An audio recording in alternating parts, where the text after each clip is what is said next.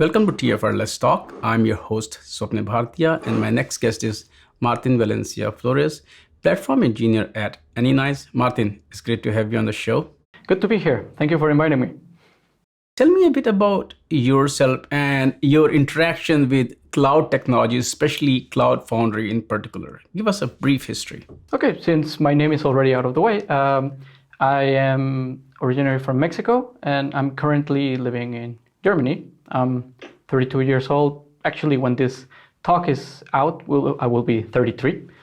I studied computer engineering in the Autonomous University of Baja California. And I applied to anynines a few years after moving to Germany for study purposes. Fortunately, I was a fit to what they were looking for, and I am currently a platform engineer here at anynines. As a platform engineer, part of my responsibilities is interacting with the automation and the brokering of services, which are the backbone or one of the backbones of one of the crown jewels of what the cloud ecosystem is, which is self-service. And regarding the interaction with Cloud Foundry, it was actually during my onboarding process in anynines. My interactions with the cloud ecosystem itself, they were mostly just driven out of curiosity to keep up with the trends when I was younger, and it was always an interest in the back of my mind. But when I joined anynines during my onboarding, I was lucky enough to be introduced to the services part of the ecosystem and a little bit also of the operations and applications part. Thanks for sharing your story. If you can talk a bit more about when you joined anynines, how did your kind of outlook as a developer change when you were kind of exposed to cloud ecosystem? Because traditional IT is very, very different from cloud native ecosystems.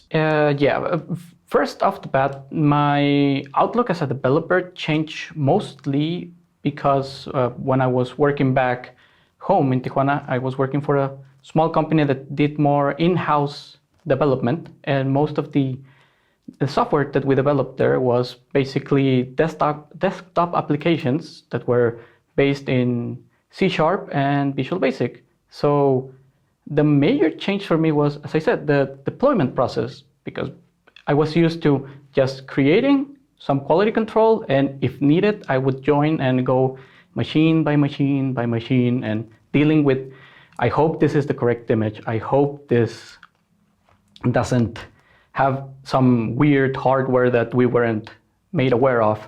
But then I got to the cloud ecosystem where everything is continuous, where I cannot say I'm just responsible of this and bye-bye.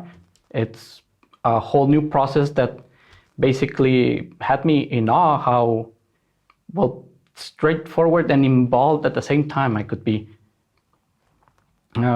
Furthermore, something that changed my outlook during my onboarding here was the introduction to 12-factor manifesto. At the first glance, it was quite impressive how it just made sense. And the more I kept reading, the more it resonated with some of the best practices that I already either had acquired working before in other environments, or, as I said, they just simply made sense, and I continue to look into it. Back in those days, Cloud Foundry played a very important role in helping developers, move to the cloud. They made it so easy. If I ask you, from your perspective, what are the challenges and benefits of getting started with cloud technologies?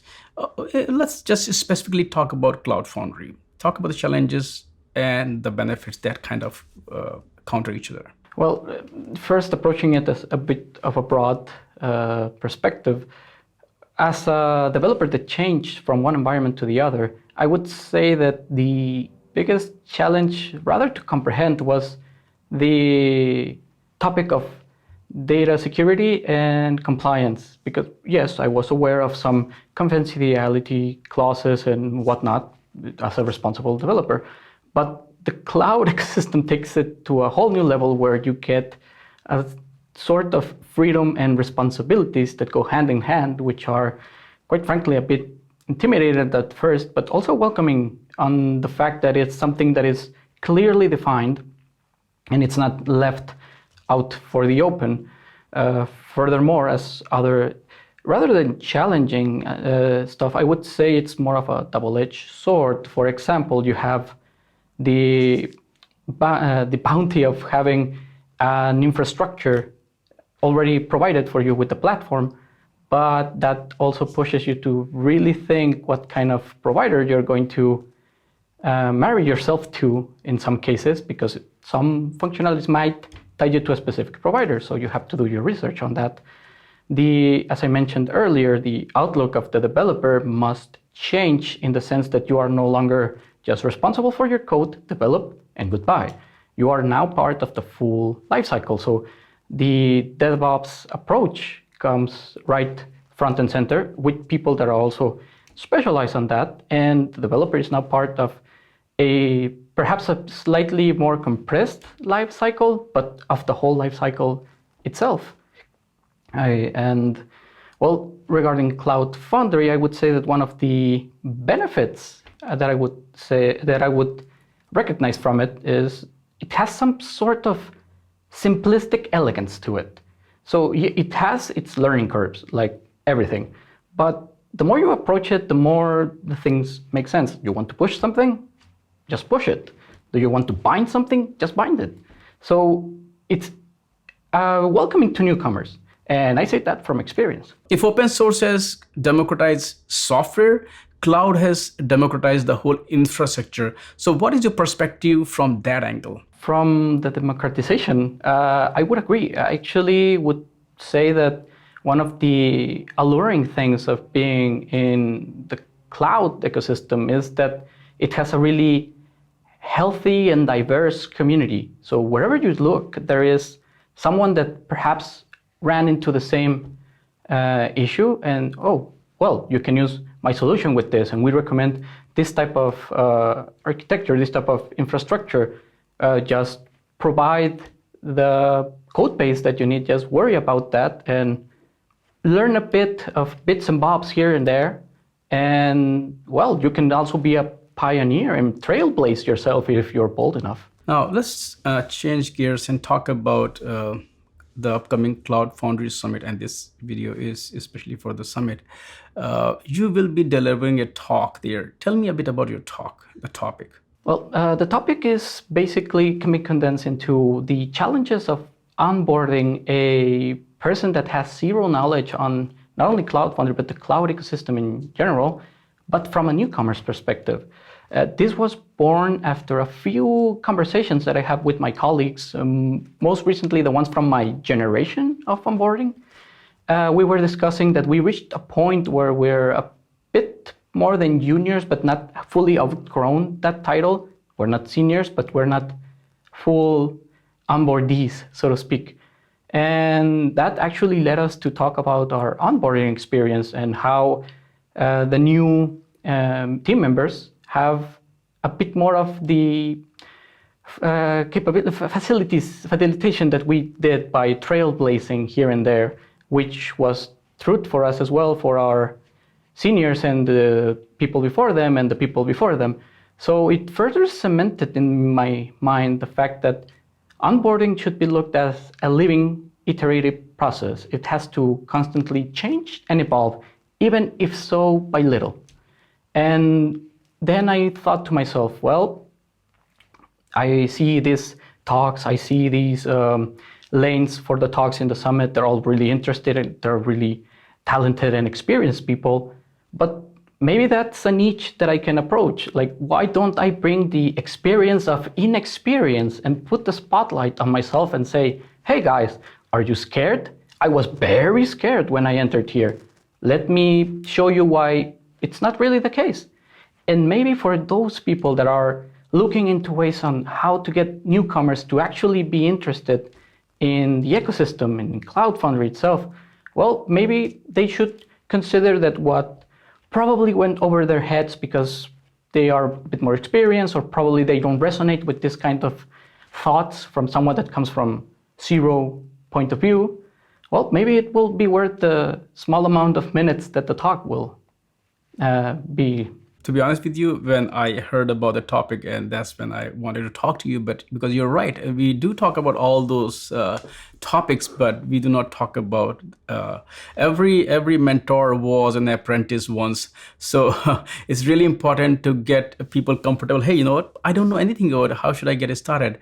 What was the inspiration behind this submitting this talk? Of course, I can see that your own story was a very big role there, but what kind of drove you to, you know what, let's do this? Part of it is that even though I've been working in the cloud ecosystem for close to 2 years, I still get those brief moments where I'm a bit scared, like, where do I go? What do I do?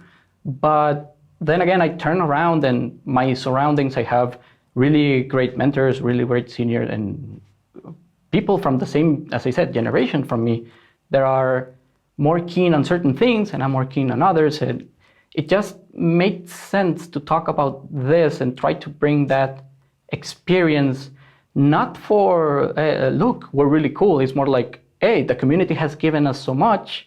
Why not give back a little that I think that someone might be useful to, you know? Right. I fully agree with you. If I ask you if you have, not to share the whole playbook, but some tips for people who are interested in cloud technologies like Cloud Foundry, and they are, greenhorn, they just want to get started. What are the right steps for them? The most important one would be, you say cloud ecosystem, Cloud Foundry, the cloud scene. It sounds like this big, angry, all-powerful behemoth that you have to tackle. I would say don't be afraid of it, or at least not that afraid of it. Yeah, sure, you will trip, you will fall, but as I said earlier, most of the solutions have this simple elegance to it, specifically Cloud Foundry. And there's a learning curve that applies for all levels. Like if you're a newcomer, you will learn something. If you have been working with Cloud Foundry for a couple of years, you will still learn something. There's always opportunities to think outside the box, even more when you have a novice at it, because everything is new to them. So everything they will see it with awe, in the sense of fear, and in the sense of amazement. So it's something that I also touch in the talk. That it's not only a growing experience for the newcomer, but for the senior or mentor itself, from the interpersonal abilities to thinking outside of what you already molded for yourself, like looking beyond your own nose for a change. Martin, thank you so much for taking time out today and not only share your journey, which also kind of reflects on your talk about how to get started with all these scary cloud native technology, which are actually not that scary in reality. So thanks for your time. Thanks for sharing your insights. And I look forward to talking to you again soon. Thank you. Thank you.